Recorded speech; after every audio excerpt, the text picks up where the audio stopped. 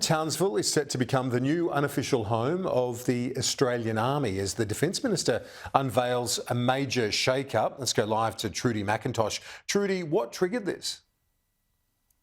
Well, Kieran, this is a result of that Defence Strategic Review. It found that the Army wasn't in fact best placed in terms of where it had positioned Army troops across the country to deal with the future strategic challenges. So in essence, what this is relocating troops from the south of the country, moving them permanently to the north. Now, we'll take you through what this means. In Adelaide, they're going to see 800 troops redeployed. They're going to be leaving South Australia in coming years and heading to the north. They're going to be split between three cities, the majority going to Townsville, but you can also see 200 will be in Brisbane, another 100 in Darwin. As for Townsville specifically, this is certainly a big boost for that garrison city. It is now going to host over time all of our Army tanks, most of the combat vehicles, and half of our helicopter fleet will be based there. As for Adelaide, the Defence Minister Richard Marles pushing back on suggestions that it is a loss for that city, pointing to the fact that we're going to see a new missile strike capability in South Australia from 2025.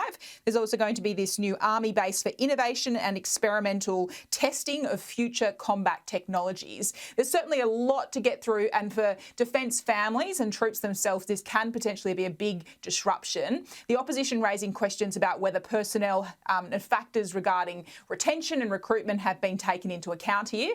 Richard Marles insists that this is actually part of the solution to that ongoing crisis within defence about keeping the personnel we have and also attracting the best and brightest to join the armed forces.